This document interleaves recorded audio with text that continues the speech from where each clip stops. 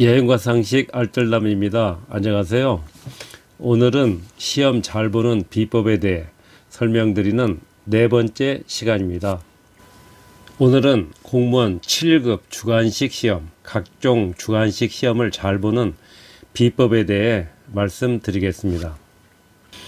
앞으로 설명드리는 내용은 각종 보고서, 레포트, 자기소개서 작성 등에도 일부 적용하면 좋을 것 같습니다. 유튜브를 찾아보면 많은 주관식 시험 잘 보는 요령이 나옵니다. 그런데 대부분 시험 보는 테크닉에 대해 설명하거나 논리적인 작성법 등을 다루고 있습니다.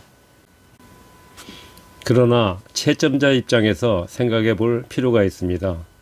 채점자가 어떤 입장이고 어떠한 점을 선호하고 싫어하는지 등을 알아볼 필요가 있는 것입니다. 먼저 채점자의 나이는 어느 정도 될까요? 대부분 40대 중반을 넘었다고 보시면 될 것입니다. 보통 40대 중반에서 50대 후반까지가 제일 많을 것입니다.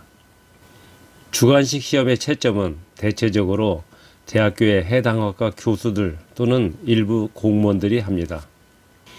대학 교수들의 경우 전임 강사들에게는 채점을 맡기지 않기 때문에 나이가 50대 중반 이상이 많다고 할 수 있습니다.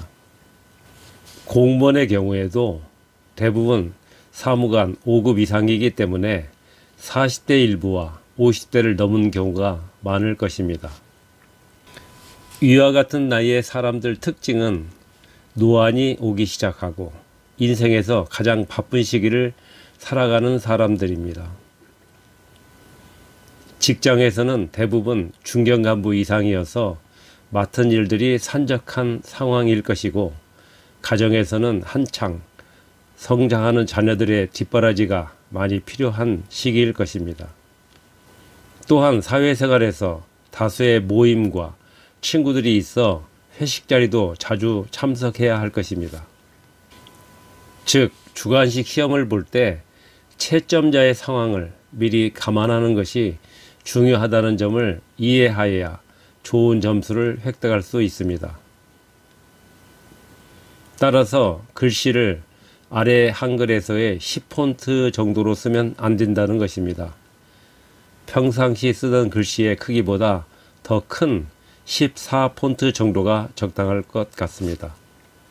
글씨를 너무 작게 쓰면 노안인 경우 읽기가 불편하고 그것이 채점에 나쁜 영향을 끼칠 가능성이 높다고 생각됩니다. 또한 바쁜 사람들이 주관식 시험 문제의 채점을 할 때 전부 다 읽어볼까요? 아마도 전부 다 읽어보는 채점자는 10% 미만이라고 확신합니다. 그러면 주관식 답안지의 내용 중에 무엇을 어떻게 읽어볼까요? 서론의 도입에 대한 적절한 기술, 본론의 체계적인 내용들, 그리고 결론의 확실한 마무리 등을 주로 볼 것입니다. 그래서 본론의 경우 단락별로 결론이 뒤에 나오는 것보다 먼저 결론을 기술하고 설명을 이어나가는 것이 좋을 것입니다. 그래야 빨리 채점하기 편하니까요. 또한 정확한 개념을 이해하고 있는 상태에서 특수한 개인 의견을 기술하는 것은 좋지만, 그렇지 못한 상태에서 개인의 의견을 기술하면 감점되기 쉽습니다.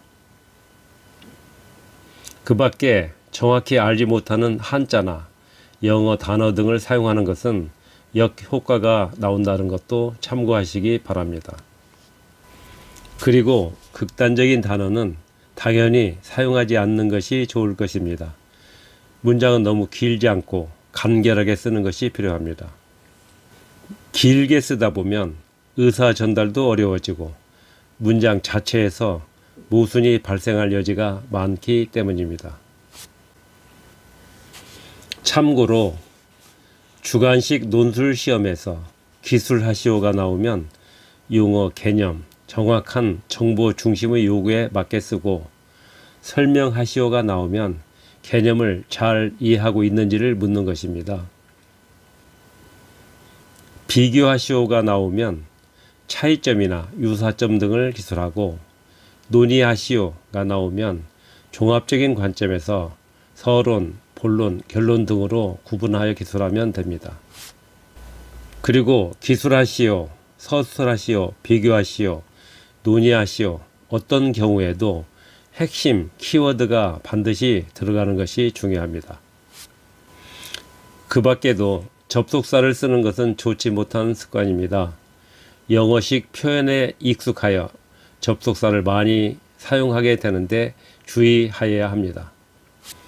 좋은 문장은 자기 의사가 분명히 전달될 수 있어야 하고, 소리내어 읽었을 때 잘 읽어지고 읽음과 동시에 이해될 수 있어야 합니다. 평상시 주관식 시험 준비를 할 때 미리 이와 같은 방법으로 연습하는 것이 필요하다고 생각합니다.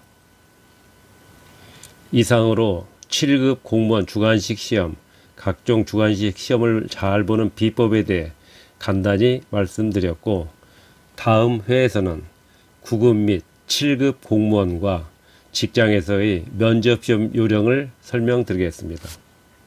구독과 좋아요를 부탁드리면서 다음 회에 뵙겠습니다. 감사합니다.